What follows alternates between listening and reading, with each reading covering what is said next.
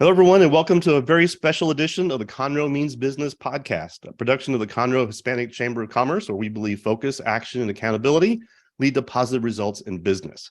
My name is Tom Brody, Executive Vice President of the Conroe Hispanic Chamber. I'm also known as the Found Money Guy because I help commercial building owners rescue their cash flow by using their building to reduce their income taxes.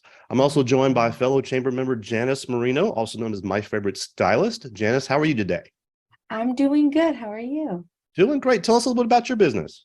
My name is Janice, also known as my favorite stylist. I'm a stylist right outside of Old Town Spring. I specialize in fantasy colors, but let's face it, Santa, we make all the hair dreams and beard dreams come true. Ho, ho, ho, ho. Very good. So the Conroe Hispanic Chamber of Commerce is very active, and we have quite a full calendar of events. To check out our activities such as business meetings, monthly lunches, new member orientation, and new member ribbon cuttings, please check out our website at www.mytexaschamber.org and look for the calendar page. There you can scroll through all the events and check the dates, times, and addresses of where our events will be held. I mentioned this is a special edition of the podcast, and we are honored to have none other than Santa Claus join us via Zoom from the North Pole. Santa, I know you're really busy this time of year. Thank you so much for taking some time to join us today. How are things at the North Pole? Ho, ho, ho. Things are so busy up here. I've got elves running around. They are trying to get all these last-minute gift ideas prepared and getting my sleigh ready. There's elves out there polishing up the sleigh. I've got them in there feeding the reindeer. Everybody is happy. It's such a joyous time of the year here at the North Pole. It's a little bit chilly outside, but that's the way I like it. Ho, ho, ho, ho, ho, ho. Well, that's great. Santa, we asked members of the Conroe Hispanic Chamber of Commerce to ask their children and grandchildren if they had questions, other than the Christmas list questions that they wanted to ask you. And we got quite a few. So if you don't mind, we're going to jump right in. Okay, let's do it. Okay, first of all, Joshua asks, how do you fit down a chimney? Oh, well, there's a lot of magic involved. And also, there's not a chimney on every house. I go through the front door. I have a magic key that opens up doors. Everything is magic. It's all you have to believe. That's how I fit. I have to believe I can do it, and I'm able to do it. Okay, well, I think Joshua wants to be a White House press corps member because he had a follow-up question. He said, If it's by magic, where does the magic come from? Ho, ho, ho, ho, ho. The magic comes from deep inside the heart. All of the children in the world, when they believe in Santa, that's how the magic appears here. That's how I'm able to do everything. It's when the belief of all the children in the world, when you believe in Santa and you believe in the magic of Christmas, that's how I'm able to do everything that I do. That's where the magic comes from. Okay, very good. Now, Amethyst asks, what's your favorite color? Ho, ho, ho, ho, ho, ho. I'm wearing it. I love my burgundies and reds. Ho, ho, ho, ho, ho. You would think that blue would be my favorite color since my eyes are blue. But no, I love red. Ho, ho, ho, ho, ho, ho. That's kind of what I was thinking. And Amethyst also has a follow-up question. She says, how old are you? Oh my goodness. We stopped doing ages up here at the North Pole because age is just a number. We go on how you feel, and I feel like a young man, and each Christmas I feel younger and younger and younger. I'm sorry, I can't give you that exact number because I don't even remember anymore. Oh my goodness. Wow. Okay. So Liam asks, how do you know when children are awake or asleep?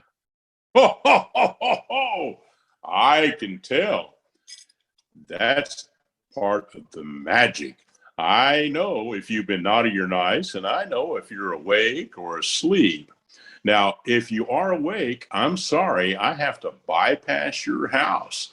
And I've had to do that a few times, but don't worry, I try to come back. I don't think I've ever missed a house because a child was awake. I know that you get so excited on Christmas Eve, you want to stay up and see if you can catch me. but you really do have to go to sleep at some time, okay? All right. So Laura M wants to know, will you bypass a house if children aren't sleeping? Well, I mean, you just answered it. Answered it. Yes, I will bypass that house. But like I said, I will try to come back and make it back to the house. It's not a child's fault because they're so excited they can't go to sleep. I can't go to sleep when I get home. I'm so excited. So yes, I will bypass it, but I will come back. Joshua W wants to know, how do you train your reindeer? You know what? Those reindeer pretty much train me. I just love my reindeer, and I'm going to tell y'all a little secret about my reindeer, okay? Did y'all know that all of those reindeer are actually girls? Yes, they're all girls. Out there in the world, there are only 2 different deer species that both the male and the female grow antlers, reindeer and caribou. And then the male reindeer, they actually lose their antlers in October and November. So they wouldn't have any antlers on Christmas Eve for me, but the females keep theirs all through the winter, all the way until March of the next year.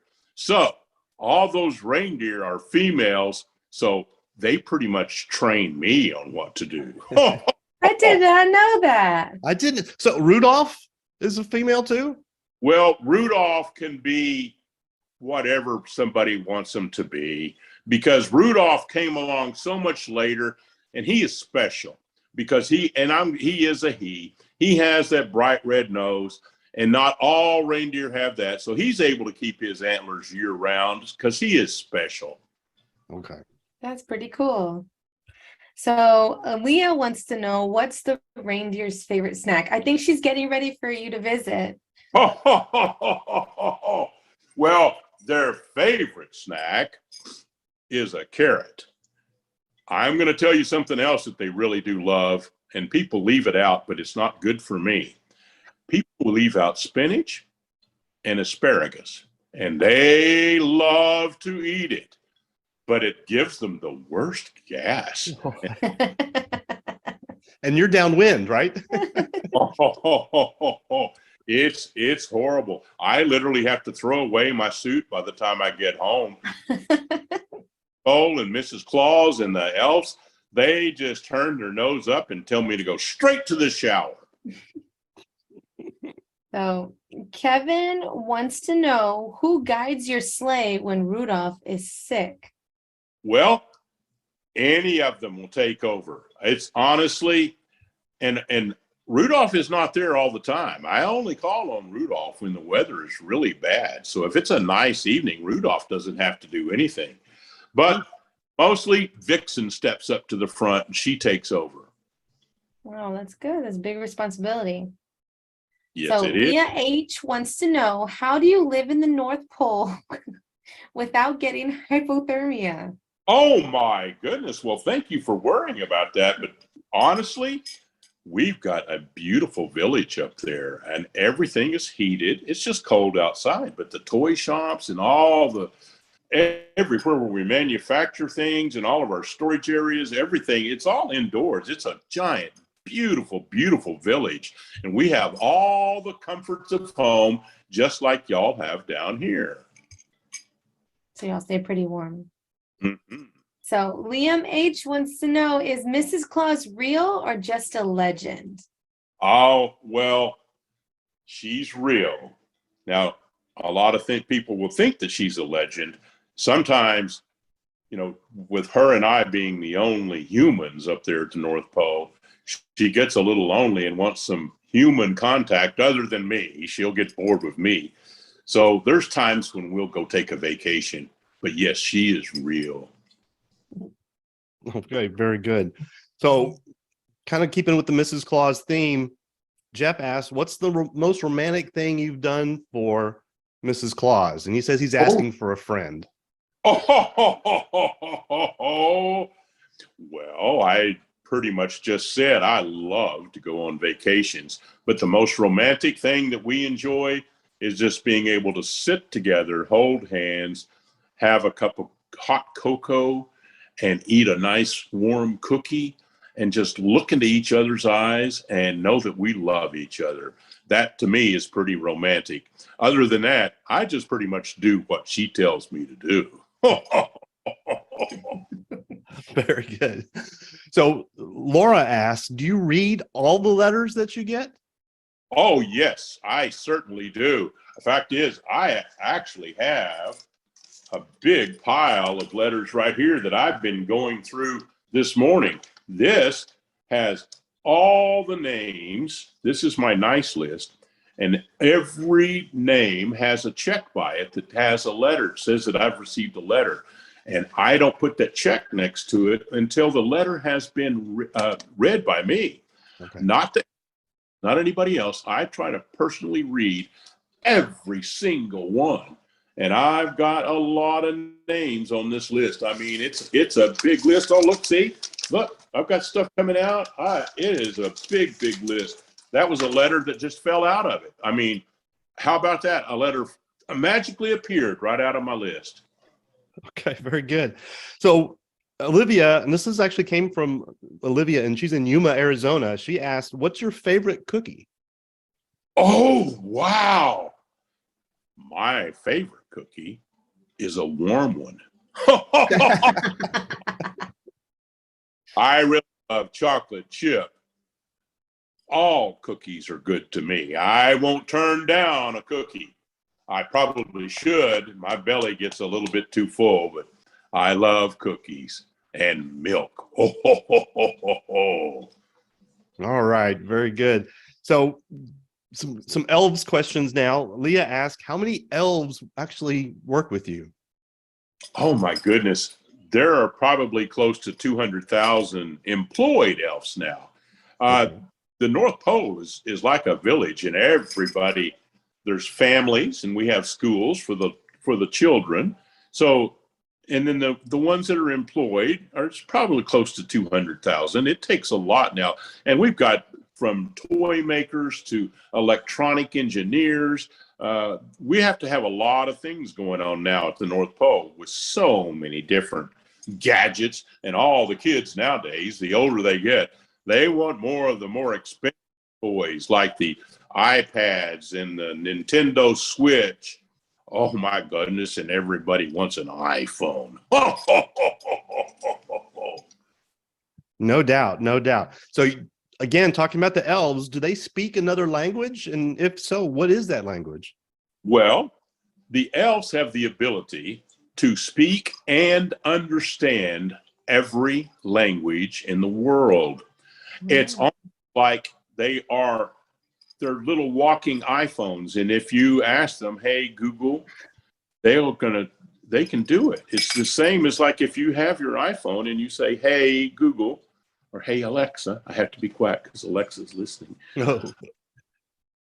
If you say that and you can ask them a question, they'll be able to answer you. So they are the original iPhone and the original Google.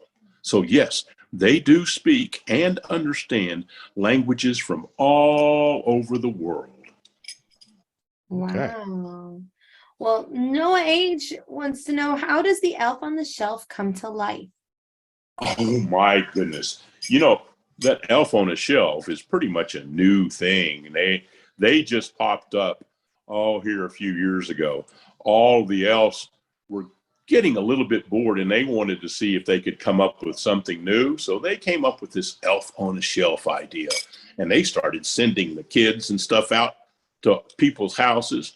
And those elf on a shelf, sometimes I get some more reports about how misbehaved they've been than oh my goodness. And each year I try to take them all and put them into a big class to teach them what not to do. But what ends up happening is those little boogers tell each other all the naughty stuff to do, and they teach each other more things than I'm able to teach them not to do. So those elves on the shelf keep me on my toes. So Leah H asks, How come you don't deliver pets as gifts? Well, pets, that's a hard thing to do. I I don't have the time to take care of a pet. On Christmas Eve, if a little puppy needed to go potty, I don't have the time to pull over and let them go potty or pee pee. And a little kitty cat, I would be afraid they would fall out of the sleigh and they might get hurt. I leave all live animals. That's totally, I will discuss it with the mom and dad. And if it's okay with them, then I'll make arrangements for the mom and the dad to come up with the live animal. Because you know what puppies do? They grow up into be big dogs. And if your parents don't think that you're ready to accept that kind of responsibility to raise a pet, then maybe we'll have to wait until the next year. So I depend on a lot on the parents to make that final decision. That's why. That's very considerate, Santa. We thank you. Jeff asks, have you ever delivered to a naughty kid's house by accident? I don't make accidents. And yes, I will deliver to a naughty kid's house.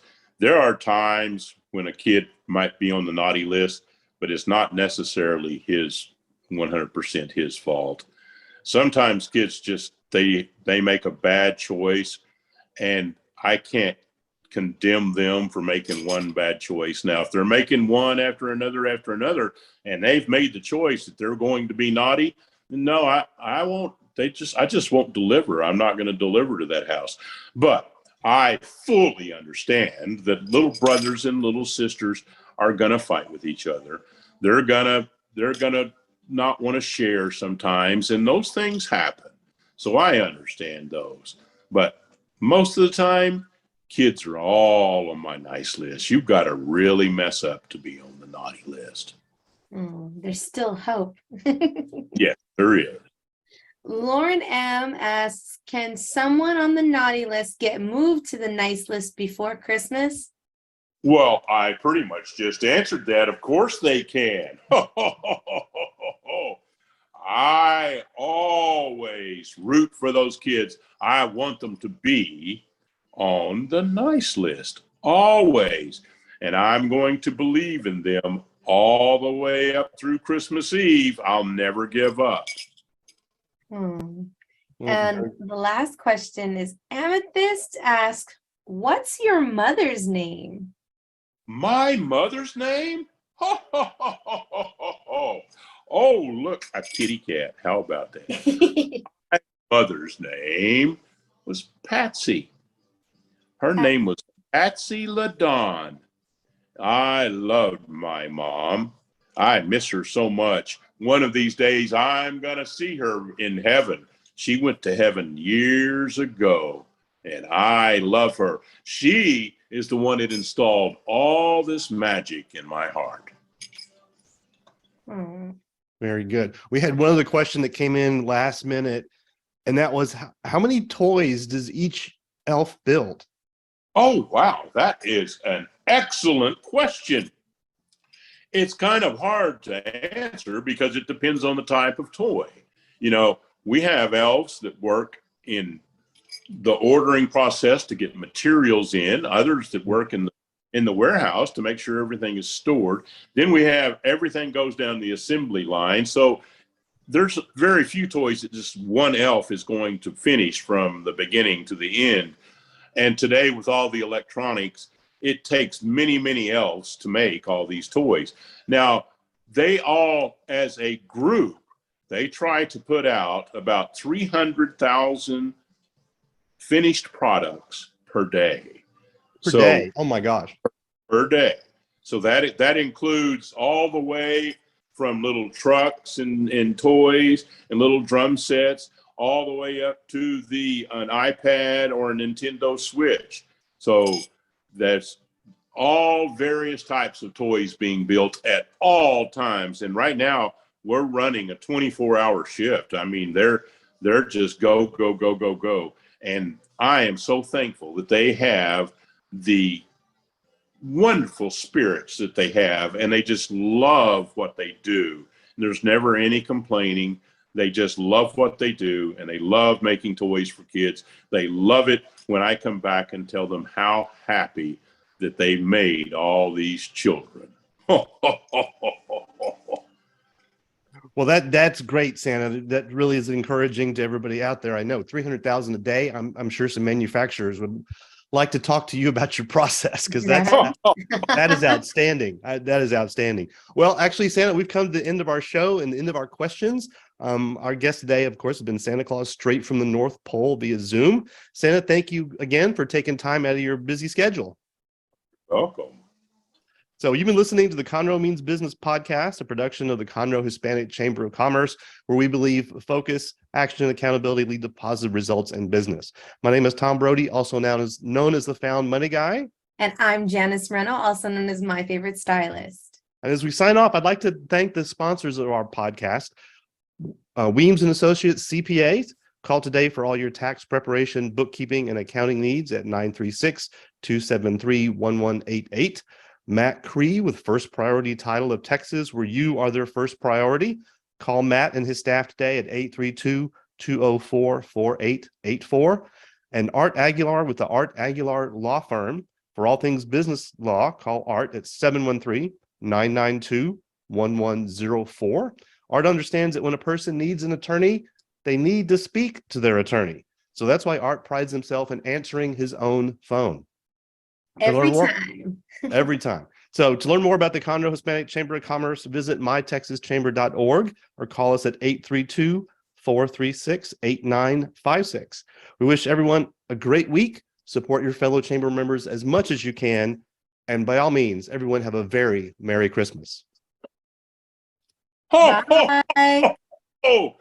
Merry Christmas to all, and to all a good night. Stay on my nice list. Ho, ho, ho, ho, ho.